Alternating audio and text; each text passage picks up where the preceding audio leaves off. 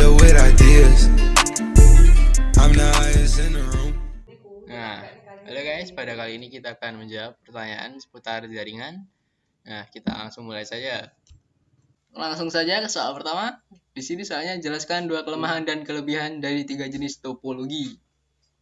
Yang pertama, topologi bus, yaitu topologi jaringan komputer yang memakai kabel tunggal sebagai media transfernya atau memakai kabel pulsa sebagai tempat yang mana seluruh klien dan server terhubung.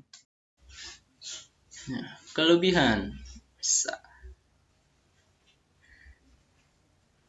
Yang pertama, menghemat pemakaian kabel. Nah, dikarenakan media transmisinya cukup untuk memakai kabel tunggal dan juga terpusat sehingga tidak membutuhkan banyak kabel untuk topologi bus ini. Cukup hemat kabelnya.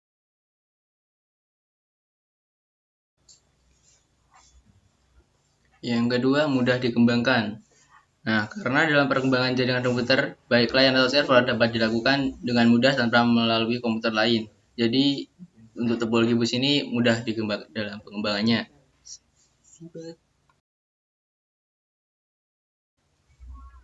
Yang ketiga, biaya lebih murah. Nah, dibandingkan dengan susunan jaringan lainnya, karena pada jaringan lain memerlukan banyak kabel dan perangkat tambahan. Kalau di topologi bus ini kita hanya menggunakan satu kabel tunggal saja, itu sudah cukup, makanya lebih murah.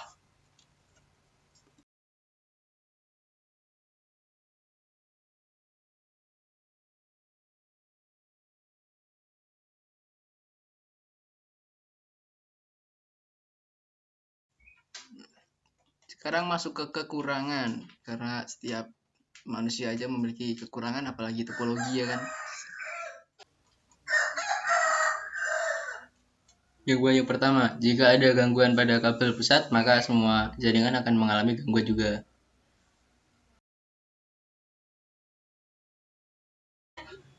Yang kedua, padatnya jalur lalu lintas data, maksudnya jalur lalu lintas datanya padat.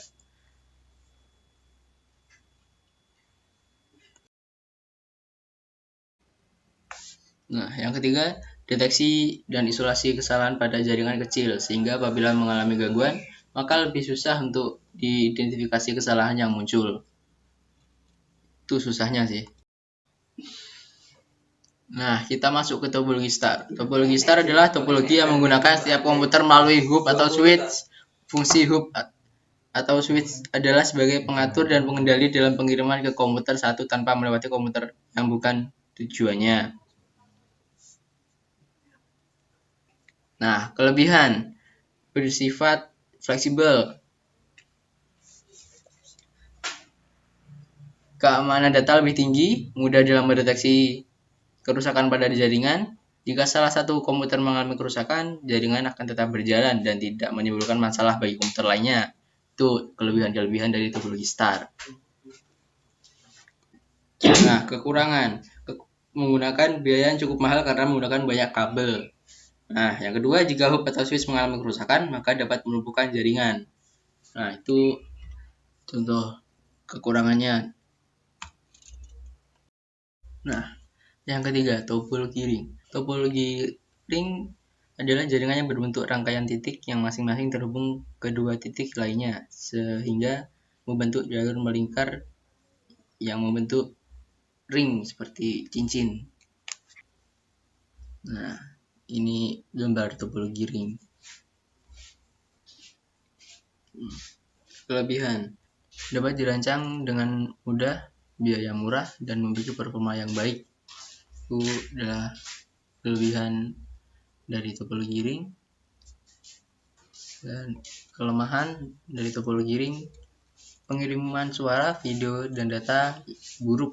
Kerusakan pada salah satu komputer dapat menyebabkan jaringan lumpuh. Berarti sangat berpengaruh pada komputer-komputer lain. Lanjut dengan soal kedua, yaitu jelaskan 3 karakteristik dari setiap kelas IP address versi 4 dan versi 6. Yang pertama, alamat IP address versi 4. Alamat IP address versi 4 adalah sebuah jenis pengalamatan jaringan yang digunakan dalam protokol jaringan TCP atau IP yang menggunakan protokol IP versi 4. Nah, karakteristik pertama yaitu satu, memiliki panjang pengalamatan atau range address 32 bit atau 4 bit. Nah, kemudian yang kedua, terdiri dari 4 oktet atau blok angka di mana setiap oktet panjangnya pengalamatannya adalah 8 bit atau 1 bit. Nah, yang ketiga, setiap oktet dipisahkan dengan menggunakan tanda titik. Kemudian ini adalah contoh untuk IP versi 4, yaitu 192.168.7.7/24. Nah, yang kedua adalah IP address versi 6. IP address versi 6 adalah sebuah jenis pengalamatan jaringan yang digunakan di dalam protokol jaringan TCP atau IP yang menggunakan protokol internet versi 6. Karakteristik IP versi 6 yang pertama, memiliki panjang 128 bit. Yang kedua, menggunakan bilangan heksadesimal. Contoh alamat IP versi 6. 2.2001.2 db8.2 fade.82c.2.2.2b.1. Selanjutnya nomor 3, yaitu jelaskan 2 standar pengabelan dan 3 jenis teknik pengabelan. Standar pengabelan. Untuk standar pengabelan ada 2, yaitu strike dan cross. Standar pengabelan kabel strike, ujung A sama ujung B sama, yaitu putih orange, putih hijau, biru, putih biru, hijau, putih coklat, coklat. Kabel strike digunakan untuk menghubungkan perangkat yang berbeda, misalnya komputer ke hub, komputer ke switch. Selanjutnya yaitu kabel cross. Untuk kabel cross, ujung A dan ujung B berbeda. Untuk ujung A sama dengan kabel strike, dan untuk ujung B warnanya yaitu putih hijau, hijau, putih oranye, biru, putih biru, oranye, putih coklat, coklat. Kabel cross bisa digunakan untuk menghubungkan perangkat yang sama, misalnya komputer ke komputer, hub ke hub, switch ke switch. Selanjutnya nomor 4, jelaskan fungsi modem, hub, switch, router, bridge, repeater, dan antena. Fungsi modem adalah sebuah perangkat keras yang berfungsi untuk komunikasi dua arah yang merubah sinyal digital menjadi sinyal analog, atau sebaliknya untuk mengirimkan pesan atau data ke alamat yang dituju. Bisa juga diartikan sebagai perantara untuk menghubungkan komputer kita ke jaringan internet. Berfungsi sebagai perangkat keras penerima sinyal dari sebuah komputer dan merupakan titik pusat yang menghubungkan ke seluruh komputer dalam jaringan tersebut. Fungsi switch ada 3. Yang pertama adalah address learning atau mempelajari alamat, dan yang kedua adalah meneruskan atau menyaring data frame atau forward filtering, dan yang ketiga adalah looping avoidance atau menghindari looping. Fungsi router adalah untuk membagi data atau mendistribusikan IP address, baik itu secara statis ataupun DHCP atau dynamic host konfigurasi protokol, kepada semua komputer yang terhubung ke router tersebut. Bridge memiliki beberapa fungsi. Fungsi tersebut diantaranya menghubungkan dua buah jaringan LAN yang sejenis, dapat menghubungkan beberapa jaringan komputer yang terpisah. Bridge dapat berfungsi sebagai router pada jaringan komputer yang lebih luas. Repeater merupakan perangkat yang berfungsi untuk menerima sinyal yang berisi data dalam satu jaringan. Fungsi antena adalah untuk mengubah sinyal listrik menjadi sinyal elektromagnetik, lalu meradiasikannya. Dan sebaliknya, antena juga dapat berfungsi untuk menerima sinyal elektromagnetik dan mengubahnya menjadi sinyal listrik, sehingga sinyal radio yang dipancarkan oleh stasiun radio dapat ditangkap oleh radio. Selanjutnya soal nomor 5. Jelaskan istilah dari protokol, subnetting, wifi, hotspot, bandwidth, cloud computing, dan internet of things. Yang pertama, protokol. Protokol jaringan merupakan perangkat aturan yang digunakan dalam jaringan, sedangkan protokol merupakan aturan main yang mengatur komunikasi antara beberapa komputer di dalam sebuah jaringan, sehingga komputer anggota jaringan dan komputer berbeda platform dapat saling berkomunikasi. Yang kedua, subnetting. Subnetting adalah teknik memecah network atau jaringan komputer menjadi beberapa subnetwork yang lebih kecil. Subnetting hanya dapat dilakukan pada IP address kelas A, kelas B, dan kelas C saja. Dan dengan teknik subnetting, maka suatu network dapat menciptakan beberapa network tambahan. Tetapi hal itu sayangnya bisa mengurangi jumlah maksimum host yang ada dalam tiap network tersebut. Yang ketiga, Wi-Fi. Wi-Fi adalah sebuah teknologi yang memanfaatkan peralatan elektronik untuk bertukar data secara kabel atau menggunakan gelombang radio melalui sebuah jaringan komputer, termasuk koneksi internet berkecepatan tinggi. Yang keempat, hotspot. Hotspot adalah suatu istilah bagi sebuah area di mana orang atau user bisa mengakses jaringan internet, asalkan menggunakan PC, laptop, atau perangkat lainnya dengan fitur yang ada Wi-Fi, sehingga dapat mengakses internet tanpa media kabel. Yang kelima, bandwidth. Bandwidth adalah suatu nilai konsumsi transfer data yang dihitung dalam bit per detik atau yang biasanya disebut dengan bit per second antara server dan klien dalam waktu tertentu. Yang keenam, cloud computing.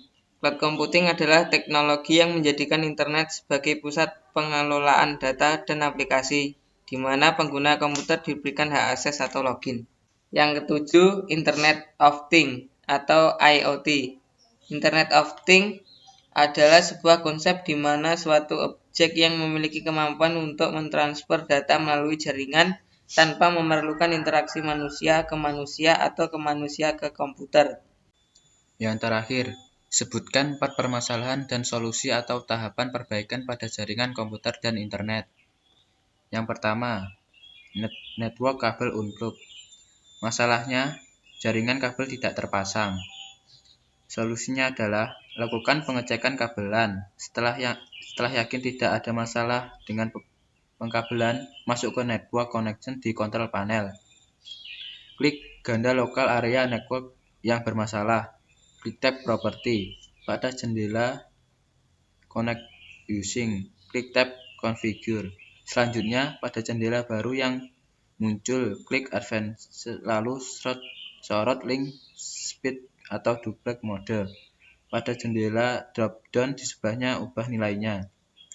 Coba satu persatu nilai yang ditawarkan sampailah terkoneksi.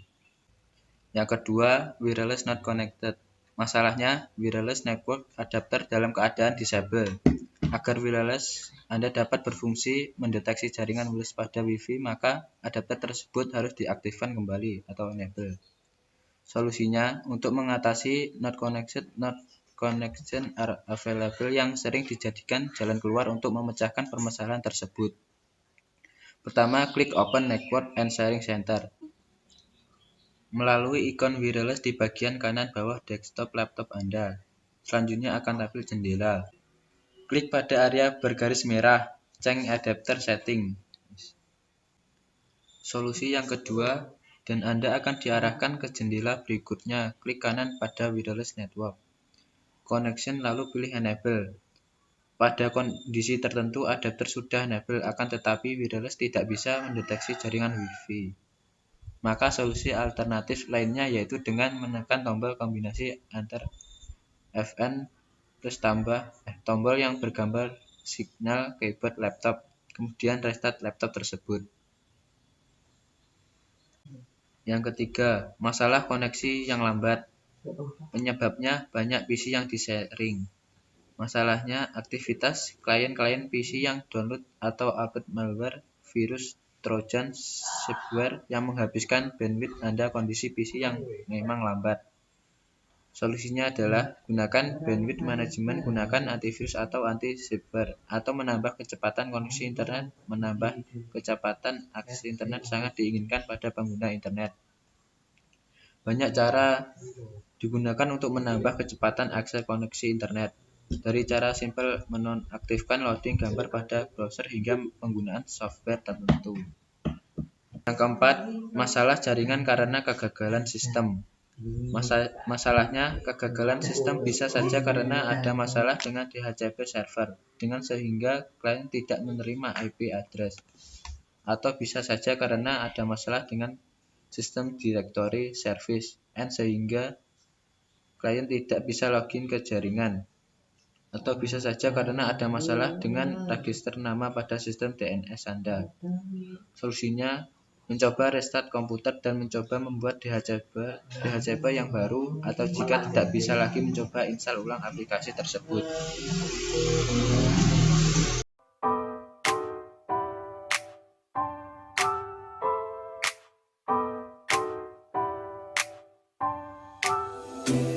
I gotta tell you something.